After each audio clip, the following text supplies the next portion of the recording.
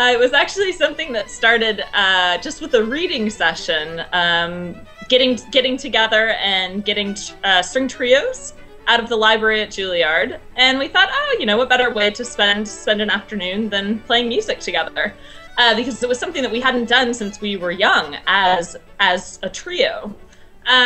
So we thought, okay, we'll do this. We had a great time, and at the end of it, we said, you know, we could actually see each other a little bit more if we did this as a professional thing.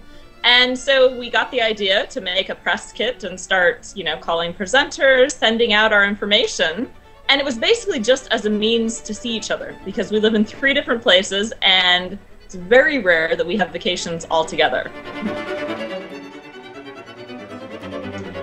That was actually done very early for us. We all started around the age of 2.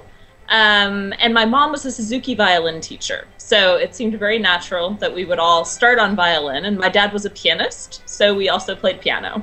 And so Laura's the oldest, she's the violin sister, and so she ended up staying on violin and ended up quitting piano along the way. But then when I was 4, my mom didn't want there to be any competition between my older sister, who was already playing violin, and myself. And so she started taking me to cello recitals and playing cello recordings, and soon I really wanted to play cello. So that's how I switched, but I don't really remember it since it was when I was so young. And then Becca actually didn't make the switch to viola until she was 17. And she had played viola off and on from the age of, I think, about 10. But she decided that she loved the role of the viola in any sort of chamber music, all the inner voices, and she just really liked the voice. And so she ended up making the final switch from violin to viola right before college auditions, and then went to school as a violist.